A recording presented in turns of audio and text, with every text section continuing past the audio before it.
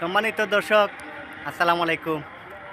এই মুহূর্তে আমি আছি জগন্নাথপুর অতিক্রম করে রানীগঞ্জ ব্রিজে। জানি না এই আশপাশটা কোন জেলায় অবস্থিত আছে, সম্ভবত সুনামগঞ্জে নাকি সিলেটে, তা আমার জানা নাই। তবে আমরা সব বন্ধু মিলে এখানে ঘুরতে আসায় অনেক ভালো লাগলো, আর আপনাদের মধ্যে সুন্দর একটা ভিডিও তুলে ধরতে পেরে অনেক ভালো লাগলো।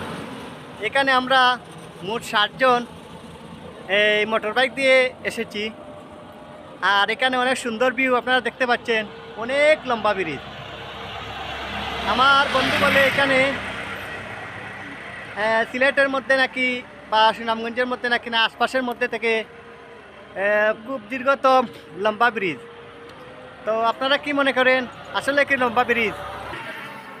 এই লম্বা ব্রিজের আসলে শুরু থেকে শেষ পর্যন্ত মোটামুটি মোটর বাইক দিয়ে চলতে গেলে 2 থেকে 3 মিনিট লাগে। তার মানে হচ্ছে 1 কিলোমিটারের কাছাকাছি।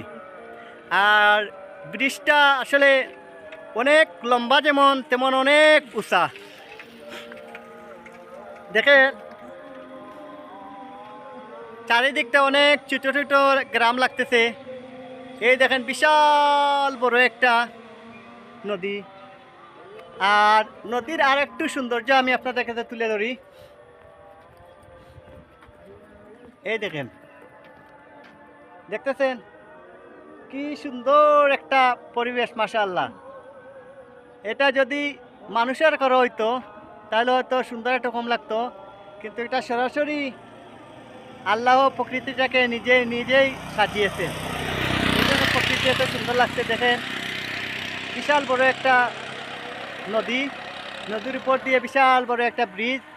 আর ব্রিজটা কিন্তু ওখানে অনেক উঁচা, আপনারা দেখতে পাচ্ছেন। তো ব্রিজের আশপাশে কিন্তু কোনো গ্রাম দেখা যাচ্ছে না। আর এই ব্রিজটা নতুন হয়েছে। নতুন বলতে এর আগে এইদিকে কোনো ব্রিজ ছিল না। ওই ব্রিজ হওয়ার পরে ওই এলাকার মানে যাতায়াত সুবিধাটা একটু ভালো হয়েছে, আর অনেক গাড়ি ঘোড়া চলতেছে। তবে আমি দেখতে পাচ্ছি অনেক পাতলা পাতলা গাড়ি চলতেছে। মানে এই রোডে হয়তো বেশি গাড়ি ঘোড়া চলে না, অনেক পাতলা পাতলা গাড়ি। মাঝে মধ্যে একটা ট্রাক অথবা সিএনজি অথবা মাইক্রো এরকম গাড়ি চলে, আর বেশিরভাগই টমটম। আর এখানে কিন্তু যারাই আসে সবাই কিন্তু পর্যটক। এই মাত্র একটা সিএনজি গেল, এখানে কিন্তু যারা আসে সবাই কিন্তু পর্যটক। আর আসলে একটা সৌন্দর্য এবং খুব আকর্ষণীয় একটা প্লেস, খুব ভালো লাগতেছে আলহামদুলিল্লাহ। দেখেন যেমন বড় ব্রিজ তেমন বড় নদী। এই দেখেন খুব ভালো লাগার মতো। ইনশাআল্লাহ পরবর্তীতে আপনাদেরকে আরেকটা ভিডিওর মাধ্যমে দেখাবো। আর আজকের মতো এই পর্যন্ত। সবাই ভালো থাকবেন, সুস্থ থাকবেন। আল্লাহ হাফিজ। আসসালাম।